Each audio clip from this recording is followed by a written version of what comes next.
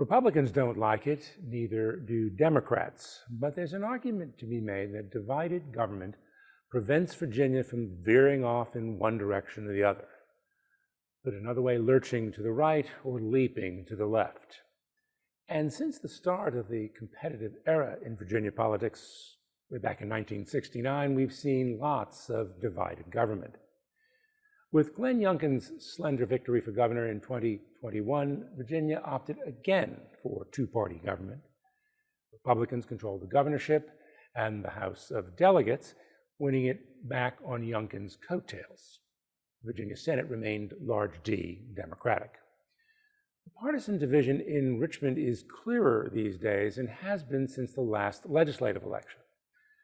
Republicans still hold the executive branch and will for the next 2 years, during which Virginia will elect a new governor. But the General Assembly is fully back in Democratic hands. Democrats held the Senate in 2023 and took back the House. Youngkin was a big factor in those House elections. For Republicans, he was anything but a positive.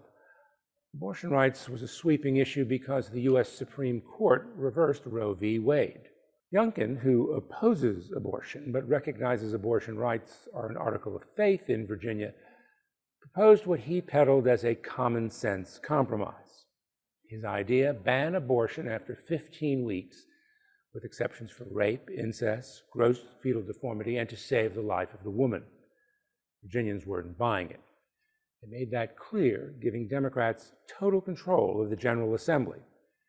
And that's preserved Virginia's distinction as the only Southern state in which women have virtually unrestricted access to abortion. But Youngkin, if only to sate the Republican base and affirm his conservative bona fides as a national prospect, used his veto last week to block Democratic legislation protecting access to contraception.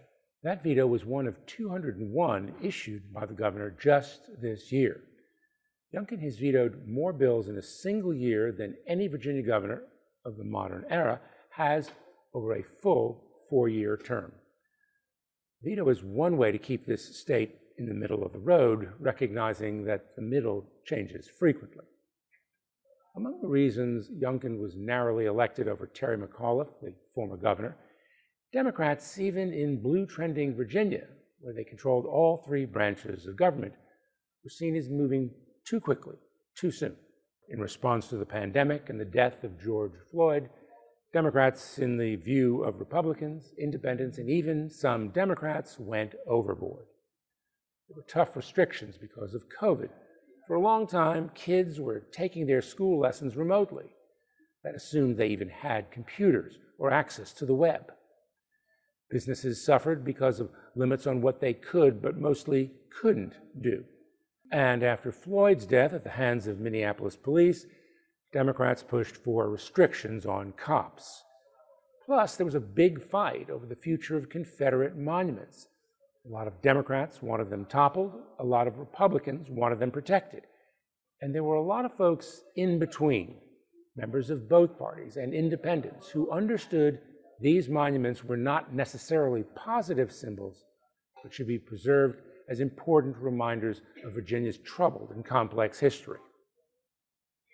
These debates continue in Virginia, not because one party has a monopoly on political power, but because power is shared, often reluctantly, by the 2 parties. It can be a messy and difficult arrangement, and there are plenty of times Republicans and Democrats can't find common ground, that they agree to disagree.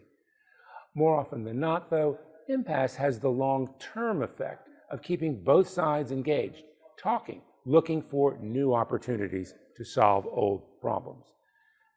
And from a reporter's perspective, that also makes for a good story. For the Richmond Times-Dispatch, this is Jeff Shapiro.